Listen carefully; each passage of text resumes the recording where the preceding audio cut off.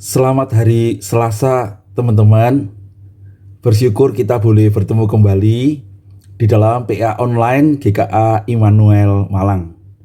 Dan hari ini kita boleh bersama-sama membaca dari Matius pasal 21 ayat 18 sampai 22.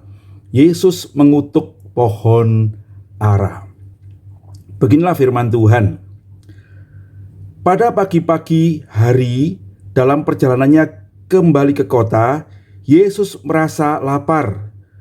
Dekat jalan ia melihat pohon ara, lalu pergi ke situ. Tetapi ia tidak mendapat apa-apa pada pohon itu selain daun-daun saja. Katanya kepada pohon itu, "Engkau tidak akan berbuah lagi selama-lamanya."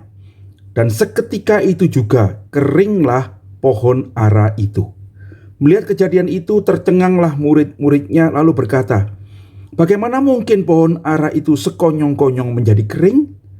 Yesus menjawab mereka, "Aku berkata kepadamu, sesungguhnya jika kamu percaya dan tidak bimbang, kamu bukan saja akan dapat berbuat apa yang kuperbuat dengan pohon ara itu, tetapi jikalau engkau berkata kepada gunung ini, beranjaklah dan tercampaklah ke dalam laut, hal itu akan terjadi. Dan apa saja yang kau minta dalam doa dengan penuh kepercayaan, kamu akan menerimanya." Berbahagialah kita sekalian yang membaca firman Tuhan, menyimpan dalam hati, dan melakukannya di dalam hidup kita. Mari kita berdoa sebelum kita membahas firman Tuhan ini. Bapa yang di surga, terima kasih kami boleh bersama-sama bertemu hari ini untuk kembali belajar firman Tuhan.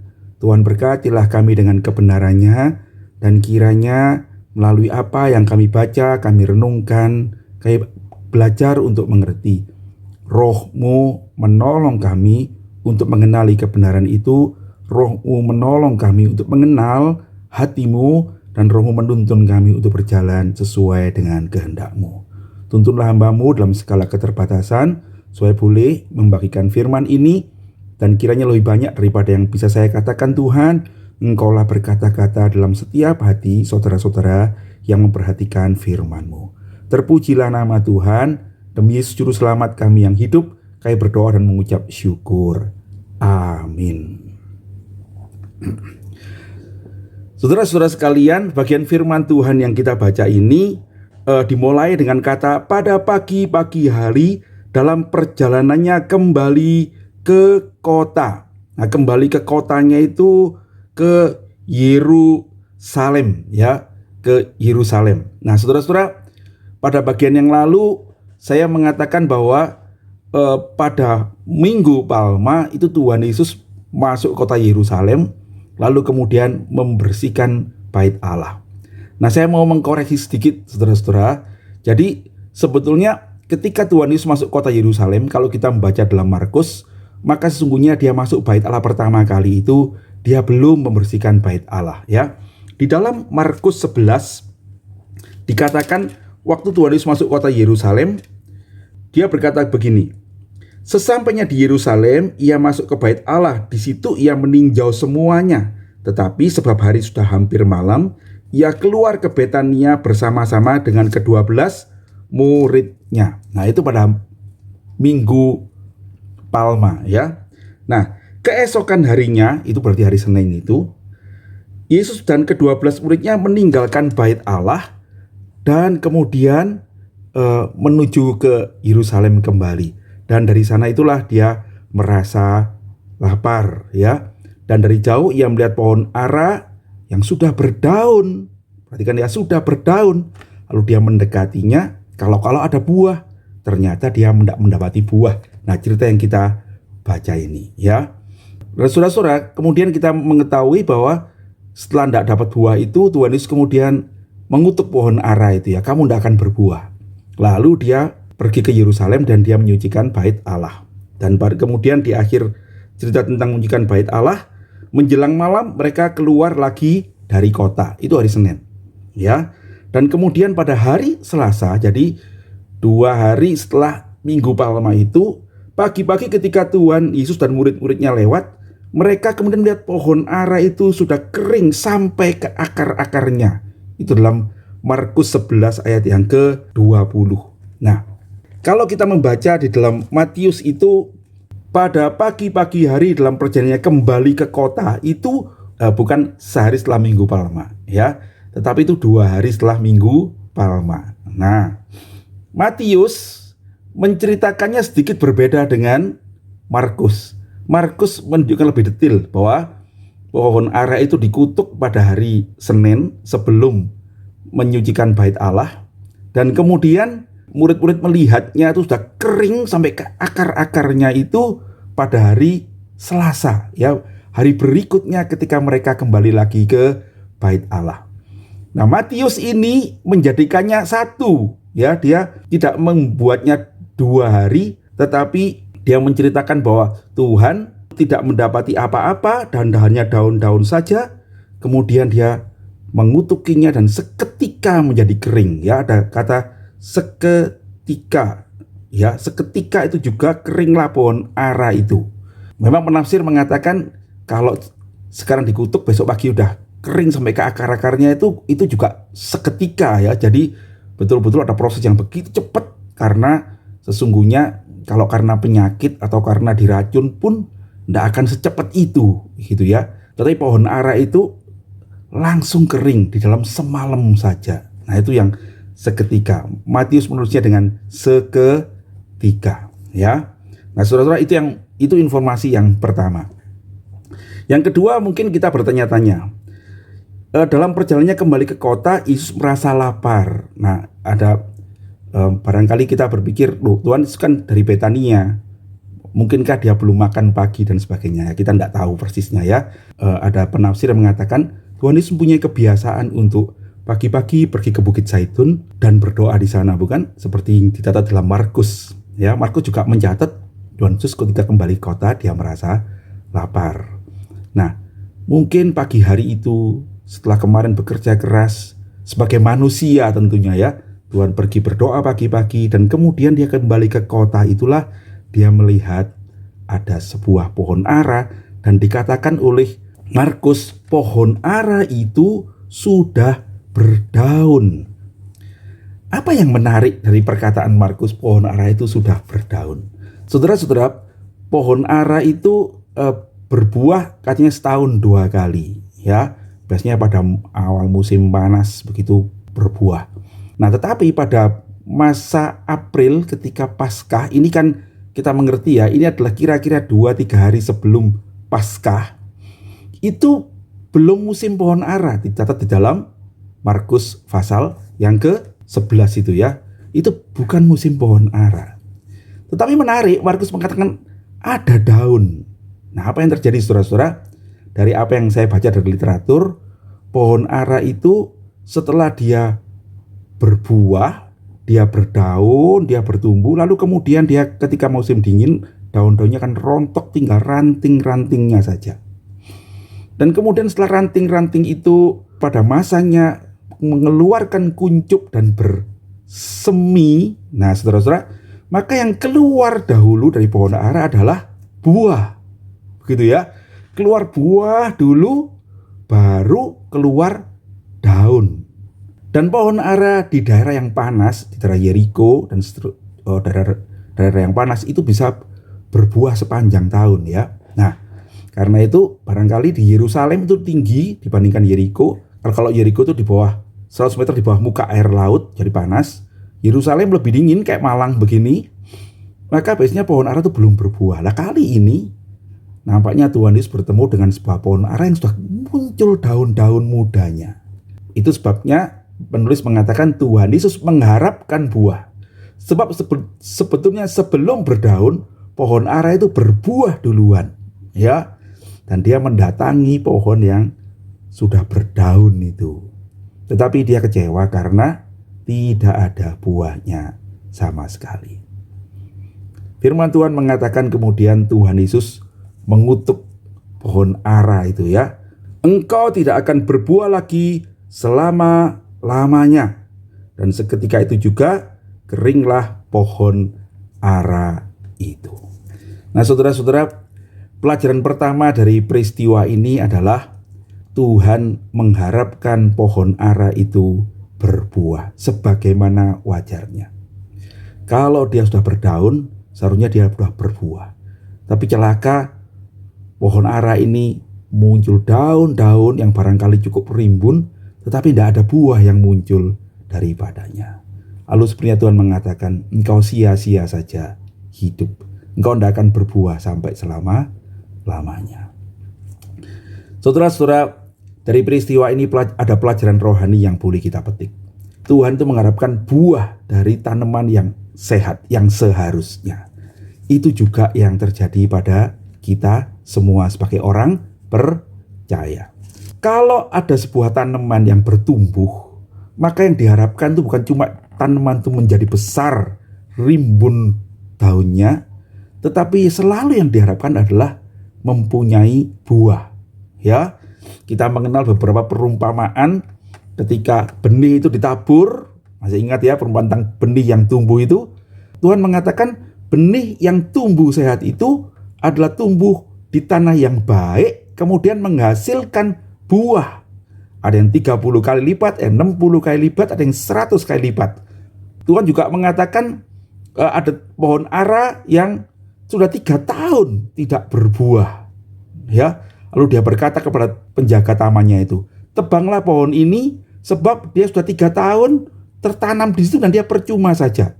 Lalu penjaga itu berkata, Tuhan berilah kesempatan 1 tahun lagi.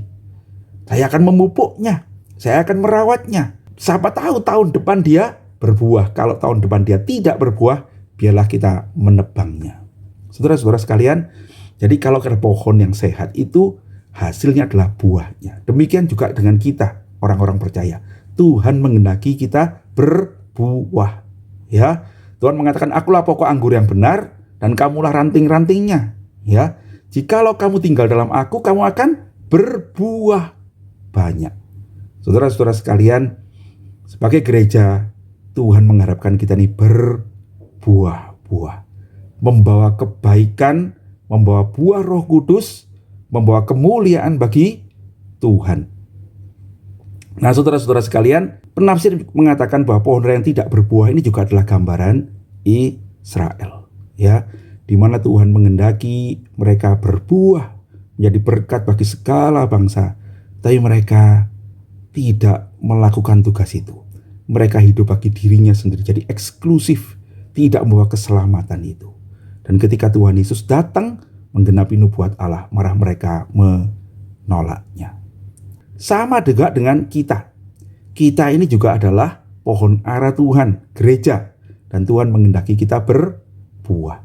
Kalau kita tidak berbuah, saudara-saudara, Tuhan akan membuat kita tidak berbuah sama sekali. Nah, ini peringatan untuk kita. Tentu kita percaya akan pertolongan Roh Kudus.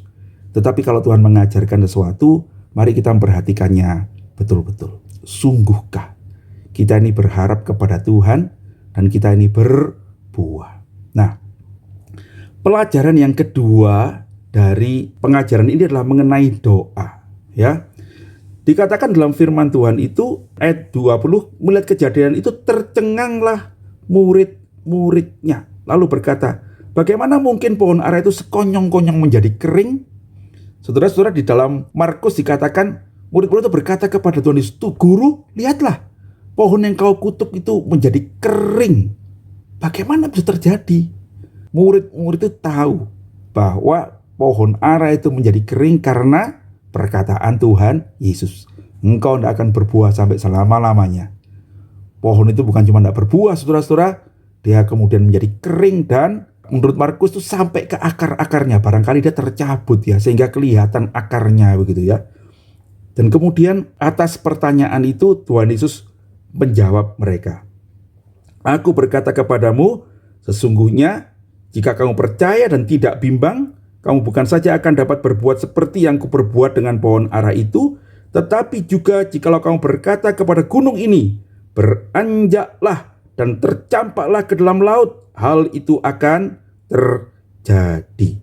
Apa saja yang kamu minta dalam doa dengan penuh kepercayaan, kamu akan menerimanya. Saudara, Tuhan memakai kesempatan itu untuk mengajarkan tentang doa. Saudara-saudara sekalian, perkataan Tuhan Yesus, jika kamu percaya dan kamu tidak bimbang, kamu dapat berkata kepada gunung itu untuk beranjak dari tempatnya dan tercampak ke laut. Itu adalah semacam istilah orang Yahudi, ya, istilah yang orang Yahudi pada waktu itu yang bicara tentang kekuatan spiritual para rabi-rabi, ya. Katanya pada waktu itu zaman Tuhan Yesus, perkataan ini sangat umum, dikatakan bahwa seorang rabi yang memuliakan Tuhan, yang mengasihi Tuhan itu perkataannya itu bisa memindahkan gunung. Dalam arti rohani adalah perkataannya itu bisa mengangkat bebanmu, begitu ya. Perkataannya itu bisa menyelesaikan masalahmu. Dalam arti lebih lanjut, perkataannya itu punya kuasa untuk menolong kamu. Dia bisa memindahkan gunungmu, itu ya. Nah, perkataan itu sebetulnya. Jadi ini bukan Tuhan Yesus mengatakan kalau kamu punya iman, kamu bisa memindahkan gunung. Ya buat apa memindahkan gunung ya? Kita kalau membaca dalam Alkitab, Tuhan tidak pernah melakukan sesuatu untuk hal yang sia-sia, bukan? Nah, ini hanya mengatakan bahwa kalau engkau percaya kepadaku, engkau meminta dalam namaku, kalau engkau meminta dengan tidak ragu-ragu, maka engkau akan mempunyai kuasa di dalam doamu itu, ya.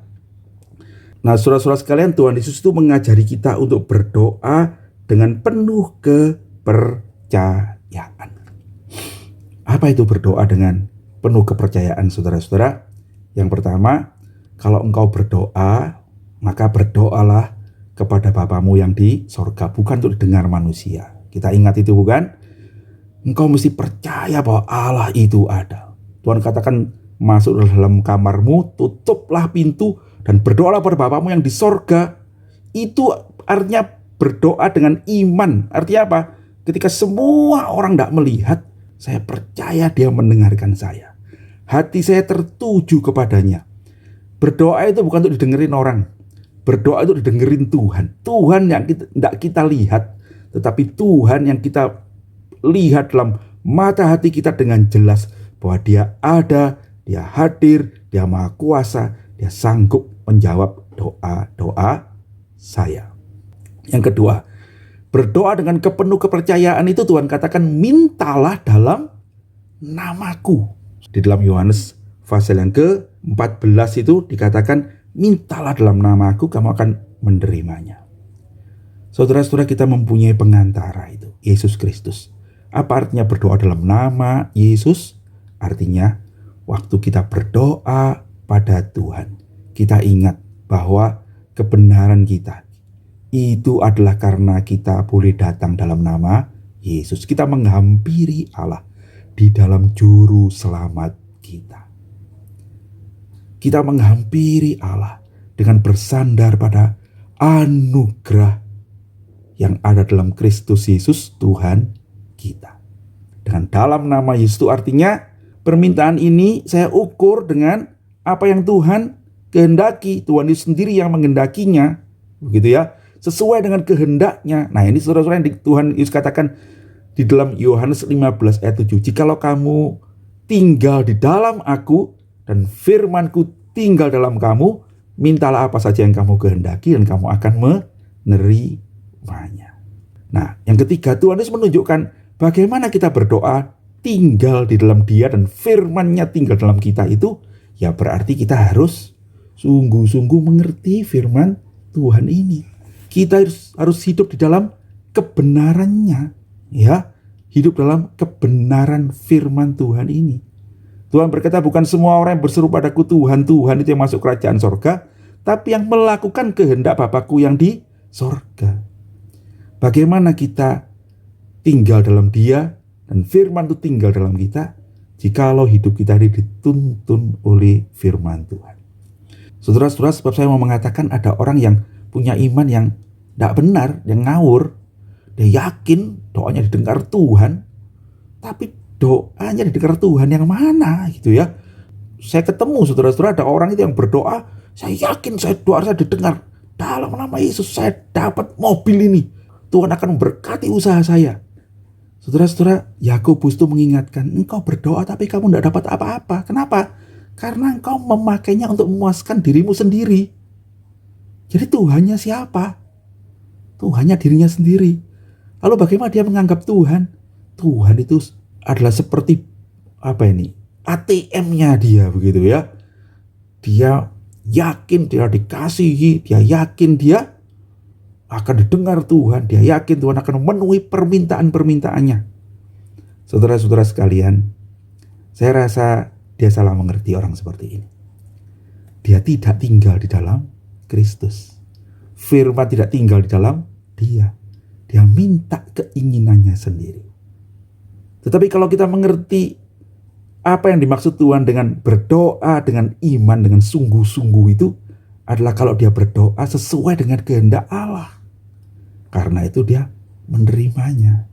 Ya, saudara-saudara sekalian, karena itu Tuhan Yesus mengatakan, kamu mesti punya iman itu. Ya, iman yang menyelamatkan. Iman yang menyelamatkan itu iman yang bersandar kepada Tuhan, bukan yang kehendak sendiri. Mari saudara-saudara, dari 2 pelajaran hari ini kita merenungkan untuk diri kita sendiri dan gereja kita barangkali ya, GKH Immanuel ini ya. Saudara-saudara sekalian, Tuhan menghendaki kita berbuah. Tuhan menghendaki kita menjadi terang dunia, menjadi garam dunia. Tuhan tidak menghendaki kita menjadi gereja yang tidak berbuah, sebab itu tidak menyenangkan Tuhan. Ya, dan Tuhan mengatakan kamu mesti berdoa. Kau dihubungkan saudara-saudara, betapa penting kita ini meletakkan pelayanan kita, hidup kita, dan gereja kita ini di dalam doa. Kita punya banyak pergumulan dalam hidup, kita banyak pergumulan dalam pelayanan. Apa yang kita mesti lakukan? Kita harus sungguh-sungguh berdoa. Berdoa dengan iman. Mohon Tuhan menolong kita. Mohon Tuhan menghidupkan kita. Kalau barangkali kita ini sudah seperti pohon ara yang tidak berbuah 3 tahun itu, saudara-saudara, mungkin kita harus berdoa pada Tuhan, Tuhan 1 tahun lagi berilah kesempatan. Saya akan merawatnya, saya akan mengusahakannya. Berkatilah supaya tahun depan itu kita berbuah. Saudara-saudara, mari kita bersungguh-sungguh berdoa. Tuhan berkata, bukan dengan usahamu, bukan dengan kekuatanmu, bukan dengan program-programmu, tetapi di dalam doalah engkau akan menerima kuasa supaya engkau bertumbuh, supaya engkau berbuah, supaya engkau menjadi berkat bagi orang lain. Bahkan dalam halangan-halangan, dalam pergumulan masalah, doalah yang membuat kita menemukan jalan keluar. Saudara-saudara, ketika saya menyiapkan ini, saya ingat ada satu cerita di Mesir itu tentang sebuah bukit yang bergerak itu ya. Saya mencari kembali di YouTube dan saya menemukannya. Katanya dulu ada seorang patriark yang bernama Abraham itu hidup di Mesir, di gereja Koptik di Mesir. Dan di sana ada seorang raja yang bukan orang percaya. Nah, raja ini satu kali datang kepada Abraham ini dan berkata, di Alkitabmu itu dikatakan, kalau engkau punya iman sebesar biji sesawi, engkau bisa memindahkan gunung. Nah, betulkah ada itu? Abraham berbetul ya, ada ya. Nah, kalau gitu bisakah kau memindahkan gunung ini?